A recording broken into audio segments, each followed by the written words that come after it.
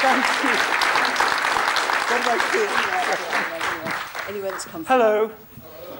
It's good to be here. It's good to be here. Right. Well, here we are at last. Yes. So we're having a chat out there and everything about everything. Sir Derek, I've had the privilege of interviewing you quite a while ago. If you don't remember. People don't remember me. I remember. You were born just before the war. Yes, I was a mistake. Do tell. Well, I wasn't supposed to be. They knew a war was coming, and it was a mistake. They shouldn't have done it. But I got born, yes, in East London. And I don't know, but some gene must have got in the night of my conception, because from that moment of conception, I wanted to be an actor. I don't know where it came from. There was nothing in the family to suggest being an actor. We were a typical lower middle class family in East London, in Leytonstone, me and David Beckham. But I never talked like him, actually. I don't know why, actually, which is strange. I've got various theories why I didn't grow up with a Cockney accent, because both my parents had them. But I did the usual things of playing in the street, dressing up in my parents' clothes, and the wind changed, and I stayed like it. And I lived in the world of imagination and of pretend. And we made up stories, and we played doctors and nurses and teachers and pupils on the street. And I remember once I was always ransacking my parents' wardrobes for clothes and things to dress up in. Once I found my mother's wedding veil, and I put it on, and I ran down the street to my friends in it, and it caught on the privets, and it was ripped to shreds. And my mother, being my mother, and I was an only child, so I was adored and spoiled. My mother was wonderful and didn't worry about it at all. But I will never forget that torn veil. It's kind of lived with me. And very recently, so a lot of people were saying, "Aren't you ever going to write about your life, write an autobiography?" And I said, "No, I can't do that. I'm not a writer, and nobody would be interested." And I was telling this story, and they said, "Well, there you are. You've got the title, The Boy with the Veil." So the title's good, but so from then I graduated to plays in the local library when I was tiny.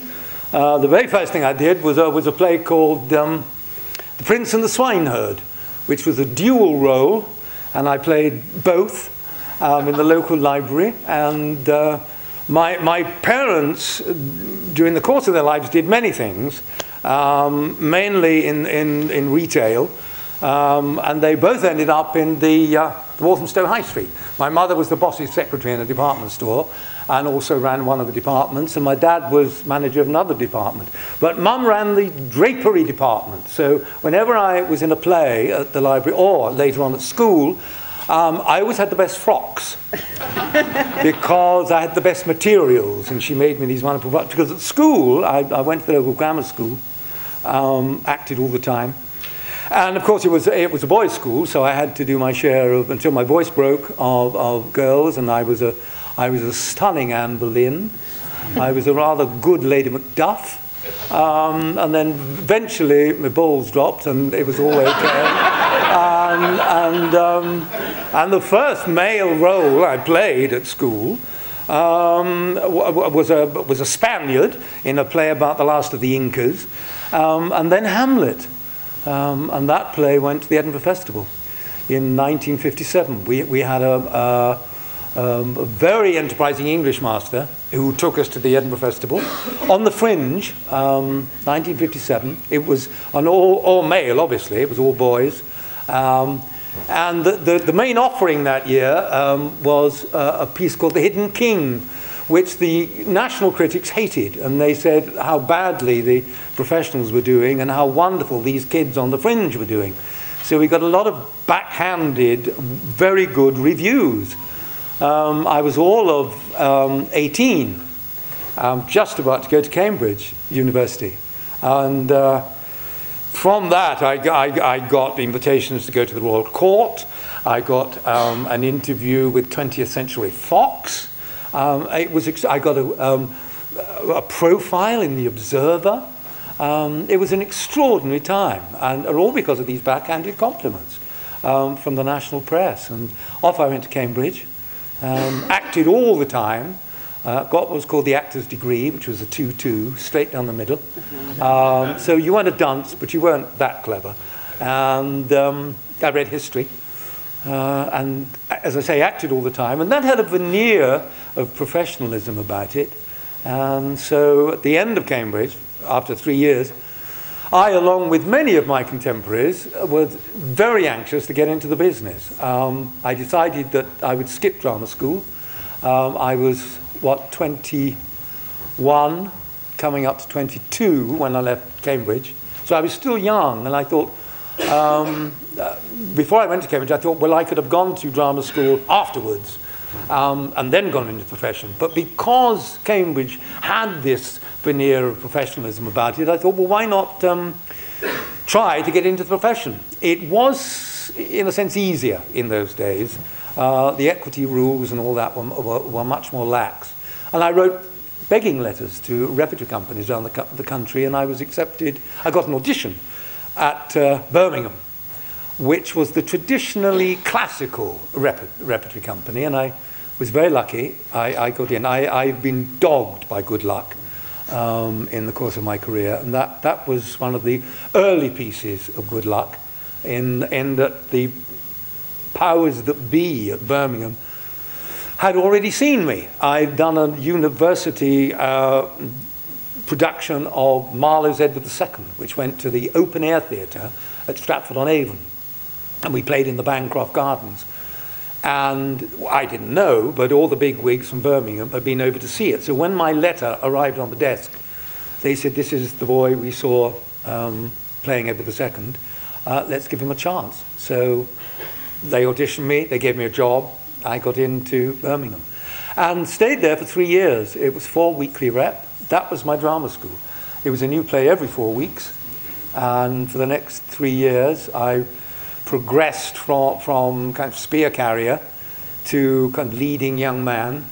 And then further luck took over. Must have been some sort of skill, though, and talent. Well, I mean, you do need an amalgam, I think, if you're going to be an actor, of course, a modicum of talent is very useful. Health, stamina, particularly if you've got any aspirations to be a classical actor, if you're going to attempt Shakespeare, Hamlets and Macbeths and Lears and whatever. You've got to have enormous stamina. It's Olympian. To do 8 Hamlets a week is Olympian. You've got to have huge athleticism, not only physically, but mentally and psychologically. And also, apart from those two things, you need luck. You need luck in the sense of being given the opportunities to strut your stuff, to work, to learn thereby, to broaden, to improve. And that only comes by practice, by experience. That is where the luck comes in, to be given the opportunities to do that, to learn your craft, to hone your craft.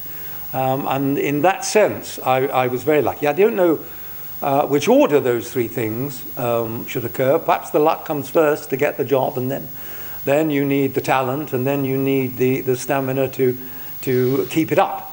But I was very lucky that I had some of each of those things, with a great dollop of luck. And it stayed with me. Do you want me to go on about the career? Because the next thing, there were 2 huge pieces of luck that followed. Remember, I'm still young. I'm still 20. I'm now 24, coming up to 25, and the natural progression if you had any ambition at all, particularly for the classics, as I had, from Birmingham was to Stratford, which was 22 miles away. And many had done it before me, including Sir Lawrence Olivier, Paul Schofield, Albie Finney, Ian Richardson. They'd all been at the Birmingham Rep, and they'd all gone eventually to Stratford-on-Avon. And that was my ambition. And eventually the call came, and I had a letter from Peter Hall, otherwise known as God in those days. And God called me and said, come to Stratford, and we'll give you some small little bits to do, but you'll be in the company. And so I went to the people who were running Birmingham, and I said, do you mind if I go? Will you release me? And they said, yes, go with our blessing. How wonderful. Good luck. And then about a week later, I got a call to go over to Stratford to meet everybody. And off I went, and I was met at the stage door by the company manager, who said, we'd like you to read Ariel in The Tempest. And I didn't know I'd got to audition. I thought I'd got the job. So they gave me a copy of Tempest. They gave me 10 minutes to look at it. And then called me on stage. And out front, it was like walking out onto Mount Olympus for me, because out front were all the great directors. There was Peter Brook, Michel Saint-Denis, Clifford Williams, John Barton, Peter Hall. All of them were sitting there. I teetered onto the stage and gave my Ariel, rather like a sick choir boy. It was terrible. I was awful. At the end of it, Peter Brook came to the edge of the stage and said the equivalent of, don't call us, we'll call you. And I went back to Birmingham with my tail a bit between my legs. And then I got another letter from God. And this time it said, we don't think you'd fit in to the company. So that was my first big disappointment. And I have to emphasize that this business is full of disappointments. When luck comes, it's wonderful, but you do spend a lot of time being disappointed, a lot of time being rejected, a lot of time being criticized. When the good things happen, it's wonderful, but a lot of nasty things happen too along the way, because it's a business that doesn't owe you a job, doesn't owe you a living, and you have one of the things I think drama schools don't teach is how to face rejection. Because the profession is overcrowded, there's a lot of rejection, and that was my first taste of it.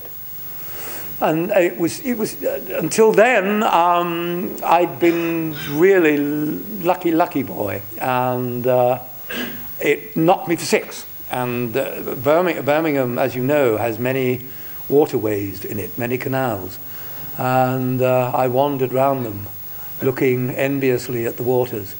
Wondering whether I should or not. Literally, it hit me that bad. However, I went back to the powers that be at Birmingham, and I said, "Can I have my job back?" And they said, "Yeah. Sorry it didn't happen, but yes, you can." And then the luck struck again, because this was 1963, and it was the 50th anniversary of the Birmingham Rep. And to celebrate it, they were going to do the 3 Shakespeare plays they'd never done. And they were Titus Andronicus, Troilus and Cressida, and Henry VIII. And they offered me Henry VIII, Troilus and Cressida, and Aaron the Moor in Titus. 3 spanking classical roles in repertoire for 15 weeks. So 2 fingers to God at Stratford. And I did this repertoire, and it was amazing. And then, double whammy of luck, one Wednesday matinee, I'm playing Shakespeare's Henry VIII, looking as much like the Holbein portrait as I could possibly look, padding, facial hair, everything. And Sir Lawrence Olivier's out front. None of us are told he's out front. We're told at the end of the show that he's out there on talent scouting for his 2nd season at Chichester Festival Theatre, which, this is 1963, which is going to become the original National Theatre at the Old Vic. And he comes round afterwards, and he comes into the dressing room. I'm sharing a dressing room with Cardinal Wolsey. And Cardinal Wolsey stays in between shows. This is a matinee. And just strips down to his kind of under costume and has his sandwiches and his flask of tea.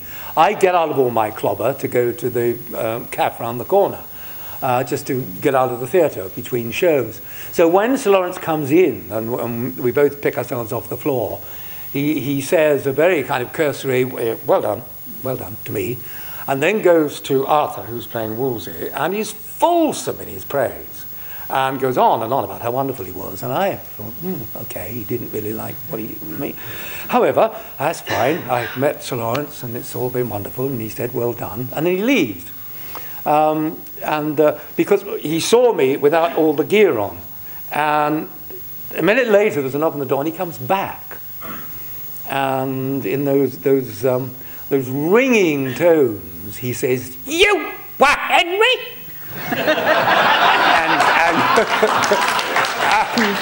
and I said, yes, sir, yes. And then I got a bit more praise, and he left, and I got a letter a little while later offering me a job at Chichester.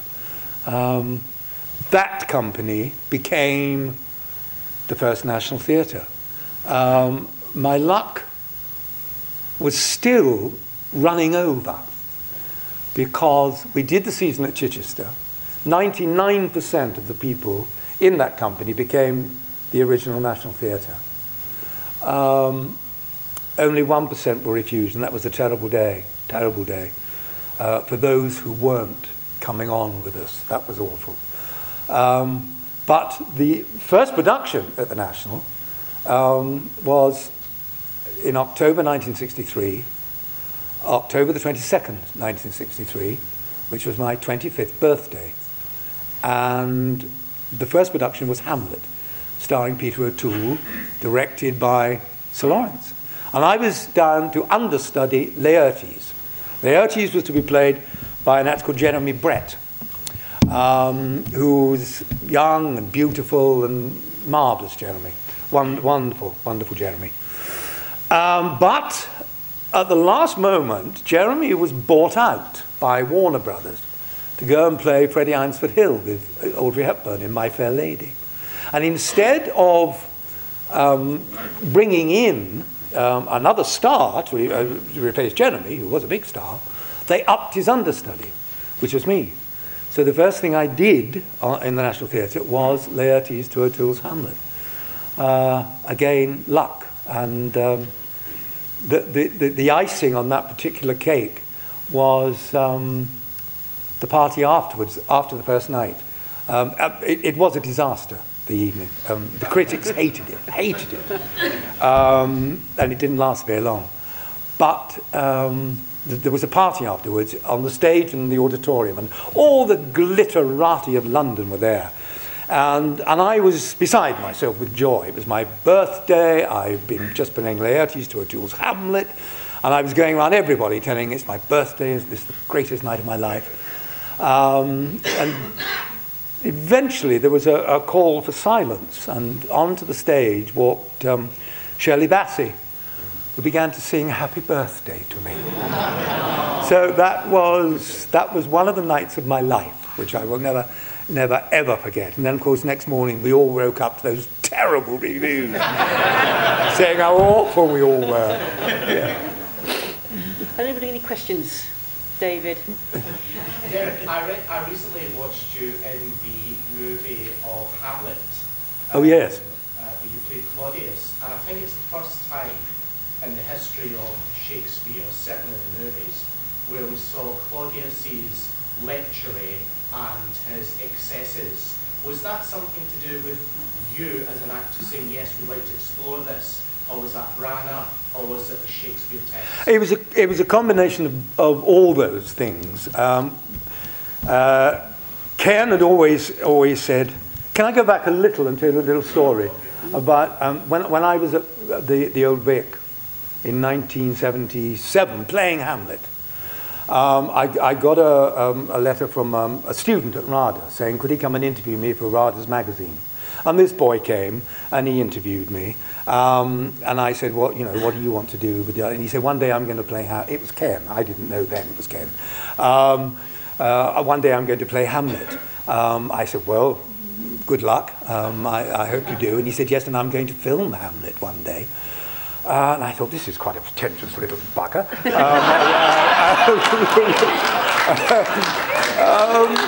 However, he was fine. And then we both ended up at Stratford in the early 80s. Ken was in another part of the company, so we didn't act together. But he reiterated his desire to be Hamlet. And he said, when I play Hamlet, you're going to direct me. I said, am I? He said, yes. And, well, it turned out that I did. When he first played Hamlet at Birmingham, in the studio at Birmingham in 1988, I directed him. He then said, I'm going to film this eventually, and you're going to play Claudius. I said, well, let's see, Ken, it might never happen. Well, it did in 1996, I think it was. He said, I've got the film, will you play Claudius? And I said, oh, yes, of course I will. I'd love to, but I'm not sure I'm right for Claudius, Ken. He said, yes, you are. We're going to do the full text, which is so helpful to anybody playing Claudius, because usually on stage, it's cut. The text is always cut, because if you play the full text, it's 4 hours. And the film is indeed 4 hours. There is a 2.5-hour version, which they only show on aeroplanes. but the 4-hour version they show in the cinemas. And he said, we're going to do the whole lot. So the big scene for Claudius is the plotting scene with Laertes, which has some wonderful text, but very, very difficult text. Very dense, but wonderful for anybody playing Claudius, because it's so explanatory. It gives the whole man. And so I was very lucky in that I had all the words that Shakespeare had ever written for Claudius, I got to say. And all the thoughts and all the feelings and all the emotions I got to portray. And it does so help. And Ken very, wisely said, we are making a film. Many hundreds of thousands of people, maybe millions of people, will see this. And you can bet that a vast majority of those people will never have seen Hamlet.